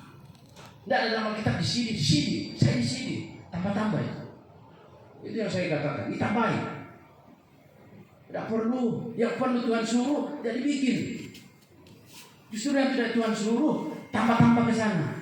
Karena ini yang bikin-bikin gereja ini pintar-pintar semua supaya mereka dapat jabatan, mereka dapat uang, tapi mereka mengajarkan salah kepada anggota-anggota jemaat. Itu yang terjadi. Jadi hati-hati. Pendeta sudah singgung, tapi ditampilkan ayatnya tadi malam ini. Ini Paulus memberikan peringatan keras. Tetapi sekalipun kami atau seorang malaikat dari surga yang memberitakan kepada kamu suatu Injil yang berbeda dengan Injil yang telah kami beritakan kepada kamu, terkutuklah dia. Waktu saya di Sekolemo, saya gereja Toraja. Karena saya sering masuk di gereja itu, saya ingat, saya pergi gereja hari Minggu. Karena hari Minggunya mau bikin KKR. Saya dengar khotbahnya, dia bilang ada jalan sesat. Saya bilang oke, ini bisa, dia bilang begitu. Begitu saya bikin khotbah di KKR, saya katakan, saudara-saudara yang berdiri di sini malam ini, siapa yang berani katakan bahwa saudara punya ajaran itu benar? Berdiri sekarang. Kita, kalaupun sesuai dengan kita berdiri. Saya bacakan ayat ini. Pendeta Majo, Pasolon waktu itu merinding. Karena saya tantang orang-orang itu waktu malam itu. Saya bilang kalau ajaran yang kami bawa ini saudara katakan salah dan berdasarkan Alkitab, saya berani mati malam ini. Dikatakan begitu. Oh tidak berdasar kita. Tidak ada yang berani. Tidak ada yang berani berdiri mengatakan oh kami salah. Tidak ada yang berani. Berani ada yang berdiri, wah hati-hati bisa mati. Bahaya. Ya jangan coba-coba. Jangan coba-coba itu. Seperti yang telah kami katakan dahulu, sekarang aku katakan sekali lagi. Jikalau ada orang yang memberitakan kepadamu sesuatu Injil yang berbeda dengan apa yang telah kamu terima, terkutuklah dia. 2 kali diulang ini. Jadi saudara-saudara, pendeta-pendeta yang datang menyampaikan pekabaran sesuai Alkitab, kami tidak sembarang-sembarang itu. Kami sudah siap mati, saudara. Kami siap berdiri di sini berarti sudah siap mati. Jadi jangan pandang enteng. Matius 19:16 ada seorang yang datang kepada Yesus. Saudara tahu ini. Ada seorang muda, dia katakan, oh bagaimana caranya supaya masuk surga? Bagaimana caranya? Oh, Yesus sampaikan itu 10 perintah Allah. Guru perbuatan baik apakah yang akan kuperbuat untuk memperoleh hidup yang kekal? Lantas Yesus katakan ini. Jawab Yesus kepada, apakah siapanya engkau bertanya kepada aku tentang apa yang baik? Hanya satu yang baik, tetapi jikalau engkau ingin masuk ke dalam hidup, turutilah segala perintah Allah. Yesus bilang turuti segala perintah Allah. Dia tidak bilang langgar perintah Allah. Dia bilang turuti. Baru apa yang dia jawab, kata orang itu kepadanya, perintah yang mana?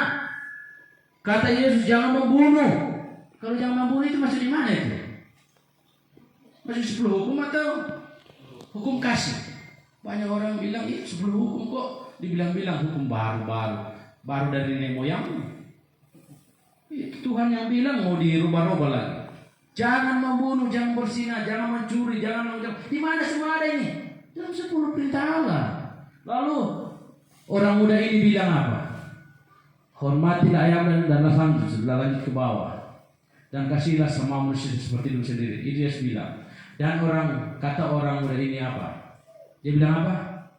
Kata orang muda itu kepadanya, semuanya itu telah aku turuti.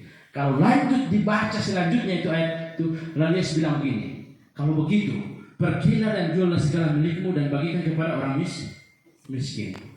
Lalu orang muda itu pergi dan sedih karena banyak hartanya. Dia tidak mau berbagi, berarti tidak ada kasih. Berarti mana bilang melakukan semua itu? Padahal dia tidak kasih kepada sesamanya, dia tidak lakukan. Bagaimana mungkin mengasihi Tuhan yang ada di surga yang dia tidak lihat, sementara saudara-saudaranya mungkin yang membutuh pertolongan mereka tidak kasihi? Tidak bisa. Saudara mau masuk ke surga, saudara sendiri saja saudara tidak kasihi, apalagi Tuhan. Tidak kasihi. Saudara-saudara ada yang minta tolong, padahal saudara bisa tolong, saudara tidak bisa tolong. Saudara, tidak bisa. Kalau ada yang minta tolong dan kita bisa tolong, itu baru betul ikut Tuhan. Tapi seringkali karena kita baku marah, biar buat. Lebih baik orang lain dia tolong daripada saudara sendiri. Bahaya itu. Jadi saudara, kesimpulan untuk 10 perintah Allah ini saya mau ulangi. Kedua loh itu ialah pekerjaan Allah dan ditulis. Jadi kesimpulannya ini 10 perintah Allah yang tidak pernah berubah sampai kapanpun. Teguh itu. Dan ini tadi bisa dilihat, saya tidak bahas lagi. Saya mau persingkat waktu sedikit. Mungkin tinggal 15 menit saya mau kasih selesai. Saya berusaha. Saya ulangi tadi ini ada rambu-rambu dan saya mau jelaskan sesuatu di sini tentang hari Sabat. Saya langkah ini. Tadi kejadian kita lihat saudara. Lihatlah aku memberikan kepadamu segala tumbuh-tumbuhan yang berbiji di seluruh bumi dan segala pohon yang berbuah yang berbiji itulah akan menjadi makanan. Sudah tahu makanan nomor 1 dan sudah diteliti orang kesehatan, kedokteran dan semua ahli gizi bahwa ternyata makan buah-buahan itu yang paling sehat. Tapi jangan lupa juga saudara, buah-buahan yang ada sekarang sudah tidak sehat karena sudah ada pestisida, pupuk dan segala macam. Jadi buah-buahan juga tidak sehat sebenarnya. Dan makanan kelas 2 sayur-sayuran, waktu itu ditambahkan sayur-sayuran lagi. Jadi kita makan rumput itu sebenarnya makanan apa itu saudara? Tetapi kepada segala binatang di bumi dan segala burung di udara dan segala yang merayap di bumi yang bernyawa, kuberikan segala tumbuh-tumbuhan hijau menjadi makanannya. Dulu itu anjing dan kucing tidak makan daging. Tapi karena begitu manusia jatuh dalam dosa, maka semuanya berubah. Lihat itu efek dosa. Dulunya itu binatang cuma makan rumput. Maka saudara kalau baca di dunia baru, singa akan makan rumput. Sekarang singa saudara lihat di TV apa? Makan apa? Makan daging. Itu akibat dosa. Jadi berubah itu selama manusia jatuh dalam dosa. Jadi tadi saya sudah kasih ini ular yang putar-putar itu sehingga harus makan itu. Demikianlah ini saya mau tekankan ini. Demikianlah diselesaikannya langit dan bumi dan segala isinya ketika Allah pada hari ke-7 telah menyelesaikan pekerjaan yang dibuatnya itu. Berhentilah ia pada hari ke-7 dari segala pekerjaan yang telah dibuatnya itu. Lalu Allah memberkati hari ke-7 itu dan menguruskannya, karena pada hari itulah ia berhenti dari segala pekerjaan penciptaan yang telah dibuatnya. Dari mana itu hari ke-7 muncul? Manusia belum jatuh dalam dosa, hari ke-7 sudah ada. Lantas ada orang pinta, oh hari ke-7 itu untuk orang Israel. Nanti kita lihat, betul enggak orang Israel cuma? Mari kita lihat nanti. Jadi kadang-kadang kita bikin-bikin sendiri. Dari dulu Tuhan selalu memberikan perintah yang jelas, tegas, dapat mengerti, tetapi setan selalu berusaha untuk apa? Menjadikannya itu tidak jelas, kabur ataupun menjadi tidak penting untuk manusia sehingga manusia cenderung melanggarnya ketika manusia jatuh dalam dosa. Karena sempat ada bertiga, tetapi saatnya akan datang dan sudah tiba sekarang bahwa penyembah-penyembah benar akan menyembah Bapa dalam roh dan kebenaran. Sebab Bapa menghendaki penyembah-penyembah yang demikian. Jadi Tuhan mau itu disembah dalam roh dan kebenaran. Ada kado mingguan dari Yesus, yaitu hari Sabat. Ingatlah dan kuduskanlah hari Sabat. 6 hari namanya engkau akan melakukan pekerjaan. Bahkan kalau saudara baca itu hukum keempat itu, sampai orang asing di rumah, sampai kalau ada ternak di rumah tidak boleh kerja hari Sabat. Coba, kita ini manusia mau kerja, boleh kerja. Tuhan sudah bilang tidak boleh. Sampai orang asing, hewan saja tidak boleh kerja. Kalau ada kuda, ada kerbau, kalau orang Sekulemo membajak pakai kerbau, tidak boleh kasih kerja kerbau hari Sabat. Tidak boleh. Tuhan bilang jangan. Siapa yang menciptakan hari Sabat? Tadi kita sudah lihat. Saya percepat sedikit. Markus 2:27. Lalu kata Yesus kepada mereka, hari Sabat diadakan untuk manusia dan bukan manusia untuk hari Sabat. Saya cepat sedikit, ada penjelasannya nanti. Markus 2:28. Jadi anak manusia adalah Tuhan atas hari Sabat. Jadi kalau Yesus itu mau datang hapuskan itu 10 perintah Allah, dia tidak akan masuk hari Sabat. Kita bukan ini. Saudara mau sama yang ini? Kita manusia toh? Kita bukan dari salah satu dari ini, tetapi oleh ahli evolusi yang mau itu cara setan. Ahli evolusi dia mau menghilangkan itu umat manusia itu adalah ciptaan Tuhan. Dia bikin teori-teori. Katanya manusia ini berasal dari apa? Kera. Saudara mau berasal dari kera? Saya tidak mau. Nah makanya coba lihat, ini yang berteori ya memang mirip lah. Saya jurusan biologi, jadi saya paham betul ini teorinya. Saya waktu karena saya punya cita-cita dulu, kasihan mau jadi dokter. Itu cita-cita saya dulu. Tapi karena saya orang tua belum mampu sekolahkan saya dokter ya, begitulah saya berada sekarang malam ini. Jadi itu yang terjadi. Ini Charles Darwin, dia mau supaya itu manusia katanya berasal dari ini. Dia berevolusi. Jadi itu. Tapi Tuhan bilang manusia. Jadi kalau manusia, kita masih manusia, berarti hari Sabat itu wajib. Yesus pencipta hari Sabat. Jadi oleh karena itu, sejak kapan Yesus menciptakan hari Sabat? Dalam Kejadian pasal 2. Sudah ada bangsa Israel waktu itu? Belum ada. Lantas siapa yang bilang-bilang bangsa Israel? Orang-orang yang tahu Alkitab. Tahu tidak tahu sebenarnya. mengajar salah. Ya lihat dulu dari mana asalnya itu. Orang manusia yang belum jatuh dalam dosa sudah ada hari ketujuh, sudah dijelaskan. Sebelum 10 perintah Allah dikeluarkan, dia berfirman, dia sudah kasih petunjuk. Milik siapa hari Sabat? Namanya milik kita. Ingatlah kuduskanlah hari Sabat. 6 hari lamanya engkau akan bekerja. Dan selanjutnya, apa dia bilang sini? Sabat Tuhan Allah. Namanya Sabat untuk manusia. Memang dibuat untuk manusia, tapi itu Sabat itu adalah milik Tuhan, bukan milik siapa. Imamat 26 ayat 2. Kamu harus memelihara hari Sabatku. Ini bukan huruf kecil. Menghormati tempat kudusku, akulah Tuhan. Jadi Yeremia juga kalau saudara baca Yeremia pasal 17, dan tidak boleh mau menjual hari Sabat di situ, tidak boleh bawa barang-barang masuk dalam pintu gerbang. Pada akhirnya Tuhan akan hukum dengan api. Dia akan bakar. Itu saudara boleh baca di rumah. Di hari Sabatku, Tuhan punya hari Sabat, bukan hari Sabatnya saudara lagi Gam, saudara Yoel. Nah, untuk siapa hari Sabat itu diberikan? Ya untuk kita. Markus 2 ayat 27, bukan untuk monyet. Ini manusia yang diberikan. Markus 2 ayat 27, lalu kata Yesus kepada mereka, hari Sabat diadakan untuk manusia dan bukan manusia untuk hari Sabat. Mana ditulis di sini untuk bahasa Israel? Nggak ada ditulis di sini. Oh, ini hari Sabat cuma untuk orang Israel. Kalau untuk orang Seko tidak berlaku. Untuk orang Indonesia tidak berlaku. Untuk orang Sangir, untuk orang Amerika dan lain-lain tidak berlaku. Tidak ada. Tapi untuk manusia, semua manusia yang di bumi ini, yang namanya manusia kecuali kera dan monyet dan segala macam binatang itu tidak perlu. Tetapi dalam hukum itu saja Tuhan bilang sampai hewan tidak boleh kerja hari Sabat. Sudah kita lihat kalau teman kita tadi, saya lupa nama aslinya, belajar dari Google. Nah sekarang kita tidak mau belajar dari Google karena di Seko kayaknya macet internetnya. Tapi ibu-ibu guru ada, saya rasa di perpustakaan ini ada Kamus Besar Bahasa Indonesia. Yang mana itu hari Sabat? Mari kita lihat ya. Sabat, Sabtu, hari ke-7.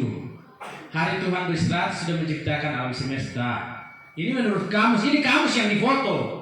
Karena saya tidak, kalau saya bawa itu kamus, wah berat. Ditimbang di pesawat berapa kilo. Jadi saya foto saja ya. Saya foto, tapi percaya kalau saudara buka ini. Sama. Nggak akan beda ini. Jadi saya fotokan saja, baru saya tampilkan sini. Nah, Sabtu nama hari ke-7 ini. Sabtu nama hari ke-7. Kalau Om Google bilang begitu ya, iya sama karena begitu. Nah, kemudian lihat Minggu hari ke-1 Ahad setiap hari. Jadi hari ke-1. Jadi jangan dirubah-rubah. Jadi Senin hari kedua. Hari kedua menurut Kamus Besar. Hari kedua ini. Saya tidak mau lama-lama di sini. Saya tunjukkan semua harinya. Hari Selasa, hari yang ketiga. Terus hari Rabu, hari keberapa? Hari keempat dalam seminggu. Menurut Kamus. Jadi kalau tidak percaya, buka itu Kamus. Hari Kamis, hari keberapa? Hari kelima. Terus hari Jumat, hari keberapa? Hari ke-6. Yesus mati hari keberapa? Bikin Jumat Agung hari apa? Jelas. Dunia mengakui bahwa Yesus mati pada hari Jumat. Lantas kalau disuruh Sabat, hari Minggu itu hari ke-7. Siapa bilang? Itu menurut nenek moyangmu, bukan menurut Alkitab. Itu menurut pemimpin-pemimpin yang menyesatkan itu. Saya berani katakan, saya tidak memperduli. Daripada dia menyesatkan orang-orang yang selamat, lebih baik gantung batu di lehernya bertenggelamkan. Tuhan bilang, sebenarnya Tuhan itu masih ada, dia langsung berbicara kepada manusia, mereka habis tenggelamkan semua itu. Daripada bikin sesat. Jadi saya kalau apalagi kalau saya suka berdiskusi dengan pendeta, saya lebih hantar daripada anggota-anggota jemaat. Saya masih lembut-lembut kalau yang anggota-anggota jemaat. Tapi kalau pendeta-pendeta yang mengajarkan salah, saya lebih ajar baik-baik. Saya lebih keras itu kasih tahu. Saya bilang hati-hati kamu menyesatkan umat demi kantong, demi bisa mengepul itu asap. Tidak mau dikasih tahu kepada jemaat, tidak mau buka kebenaran firman Tuhan.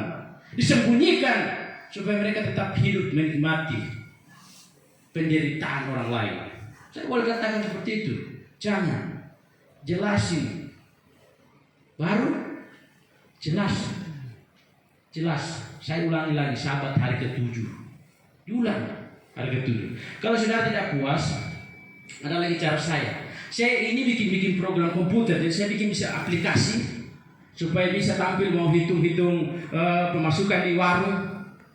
Abang kalau pakai komputer gampang itu, masuk keluar barang cepat dihitung, berapa keuntungan hari apa tanggal berapa, bisa saya buat itu cepat dihitungnya, keuntungannya berapa, kerugian berapa kalau rugi, gampang itu. Saya boleh buat itu program komputer. Saya kebetulan yang belajar di sini pakai alat ini. Dan ketika dibuat program untuk hari, saudara lihat di sini, ini bahasa pemrograman. Komputer ini bisa berfungsi karena ada program yang mengatur, diperintah. Dan apa? Coba lihat. Case hari Sabtu. Hari Sabtu itu Indonesia hari. Saya singkatkan Indo hari. Minggu. Case yaitu pilih kedua. Kalau harinya 2 berarti Senin. Ketiga Selasa. Keempat hari sama dengan 4 Rabu. Hari sama dengan 5 Kamis. Hari sama dengan 6 Jumat. Hari sama dengan 7 Sabtu. Kalau saya putar-putar ini kacau, tidak muncul sesuai dengan tanggal yang ada, tidak muncul. Jadi biar manusia mau berusaha putar balik dalam hal ini, kebenaran tentang keadaan otoritas Tuhan di atas bumi itu ada. Tidak sama dengan bulan. Juga bulan itu Januari 1 jangan diputar-putar sampai 12 itu Desember 12. Itu dibuat dalam programnya supaya tidak salah. Oktober kalau 12 jangan kasih Oktober, salah. Demikian pun hari Sabtu kalau kasih hari ke berapa? Hari ke-6 hari Sabtu, salah. Hari ke-7 itu Sabtu.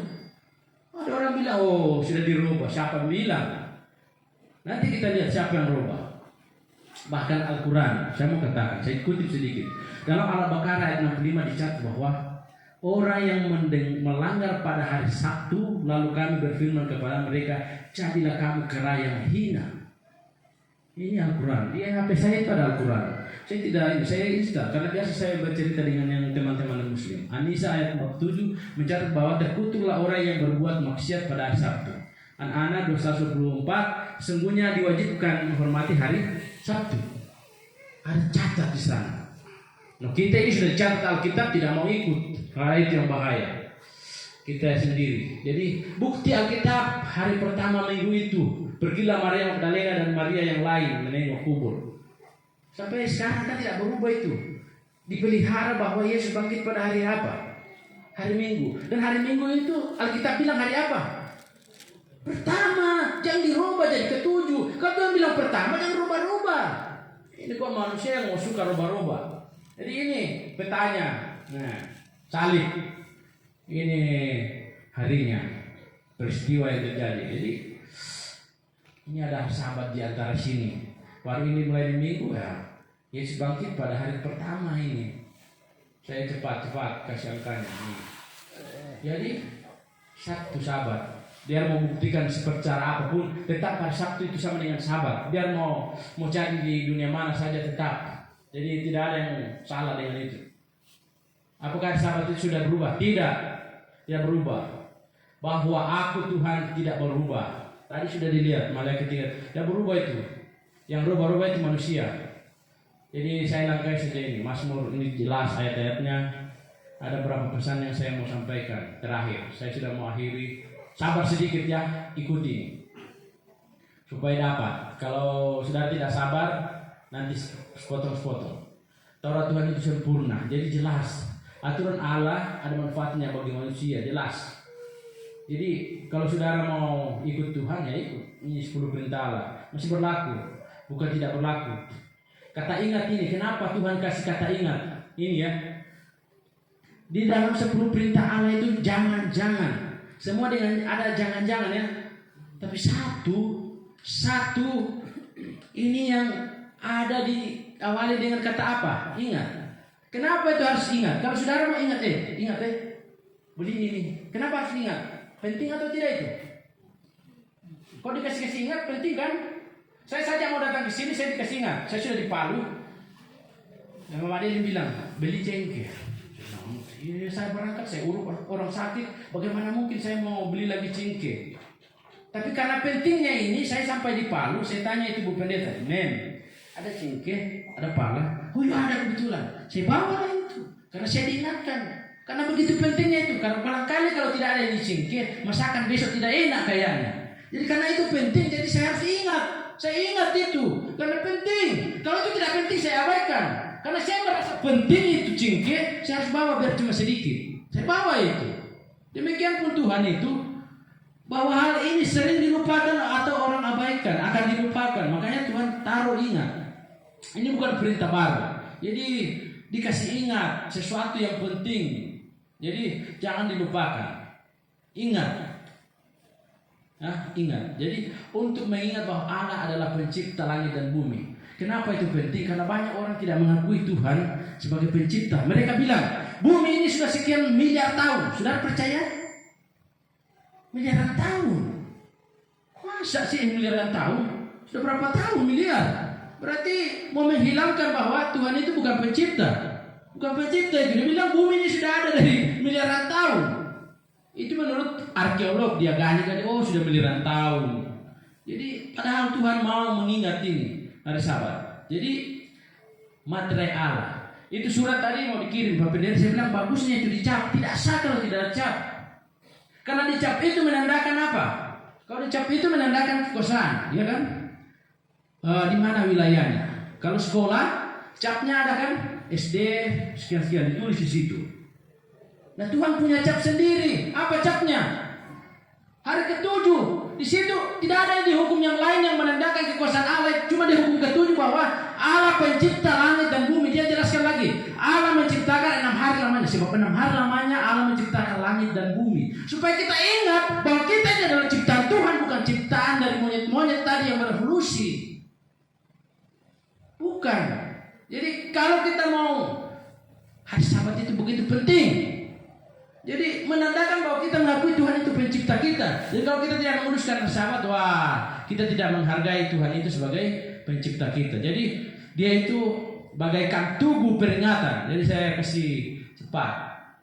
Kitab terakhir dalam buku Wahyu ya, ini. Kitab terakhir dalam buku Wahyu. Wahyu pasal 4 ayat 7 memperingatkan kita tentang siapa yang harus kita sembah. Wahyu 14 ayat 7. Dan ia berseru dengan suara nyaring, takutlah akan Allah dan muliakanlah Dia, karena telah tiba saat penghakimannya. Dan sembahlah Dia yang telah menjadikan langit dan bumi, laut dan semua mata air. Bayangkan, diperingatkan dalam kitab terakhir bahwa kita harus menyembah Allah pencipta. Kalau saudara mau menyembah Allah pencipta, berarti harus menyembah hari Sabat.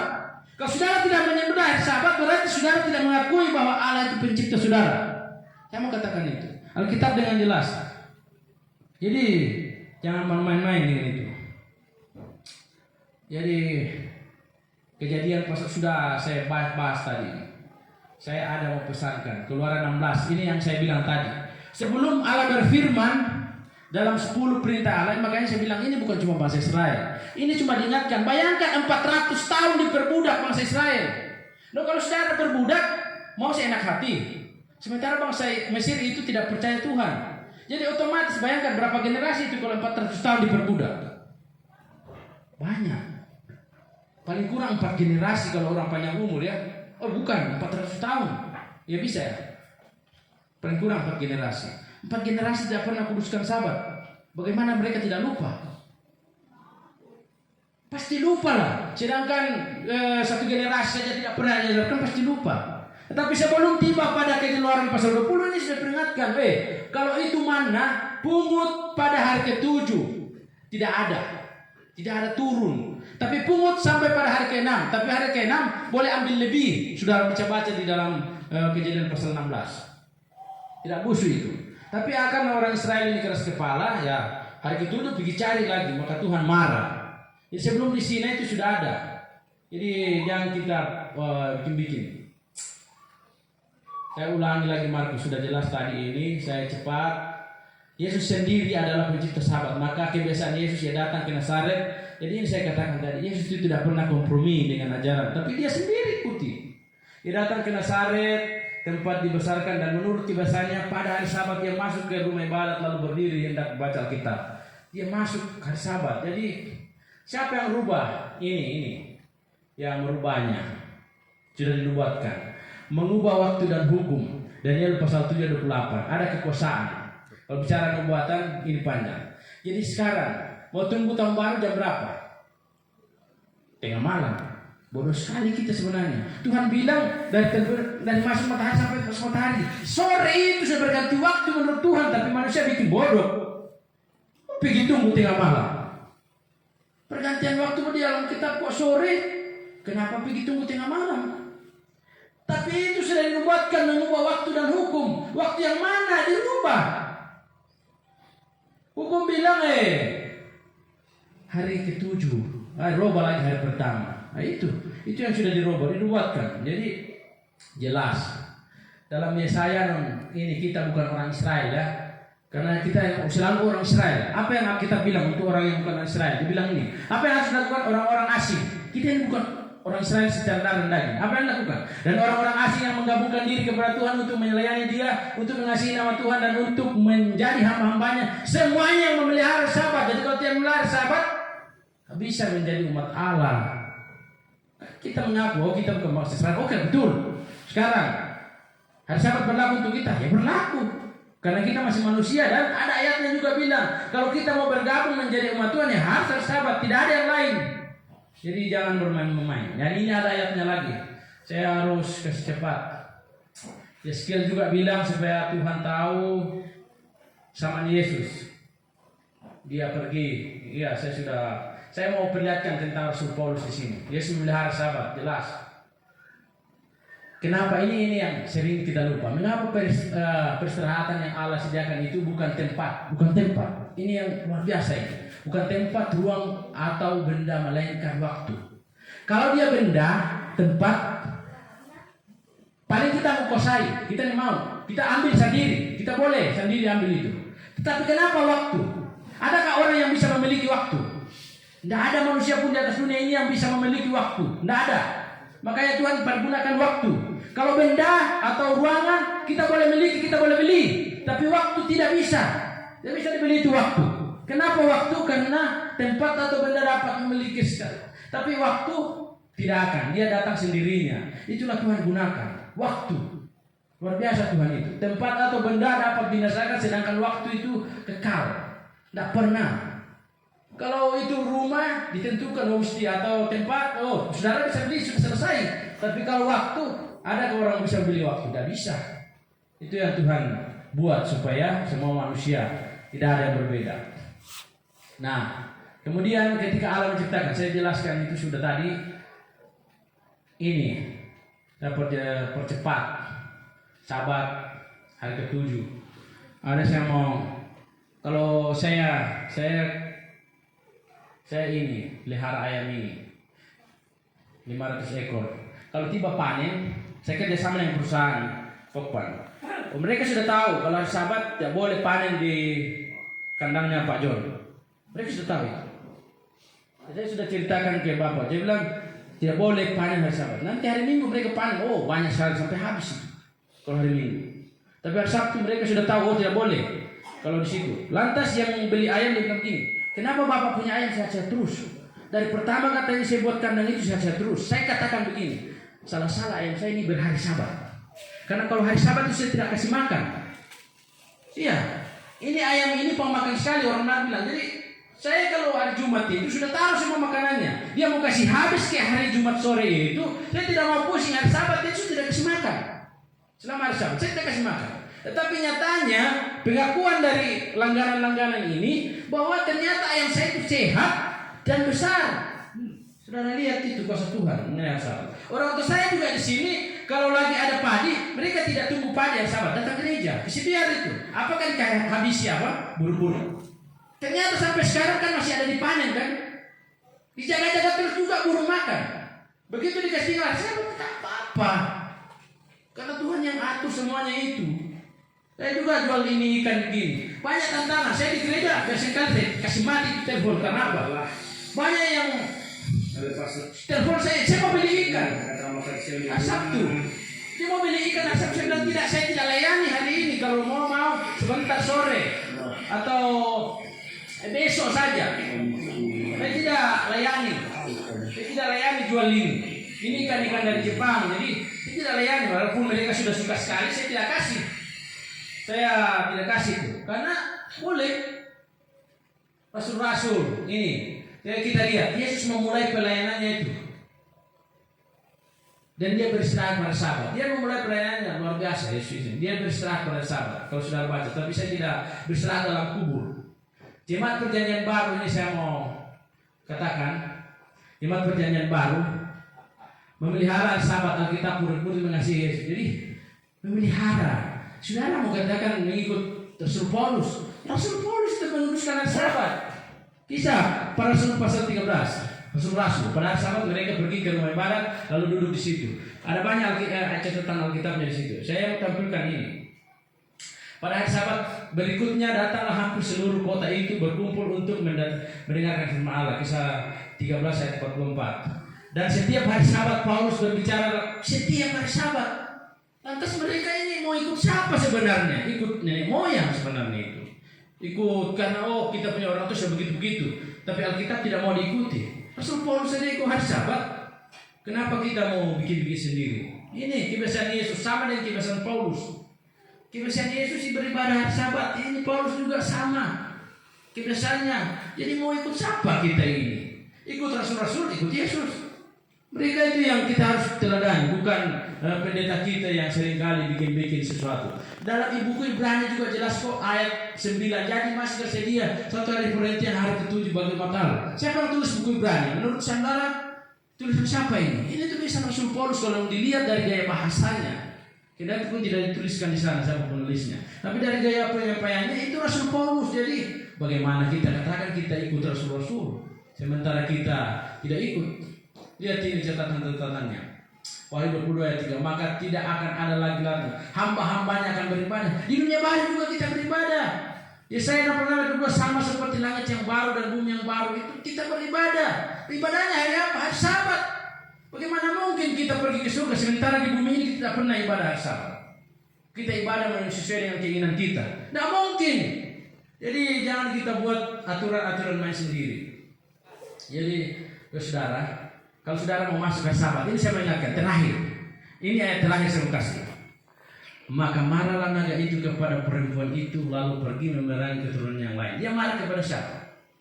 Yang menuruti hukum-hukum Allah dan memiliki kesaksian Yesus.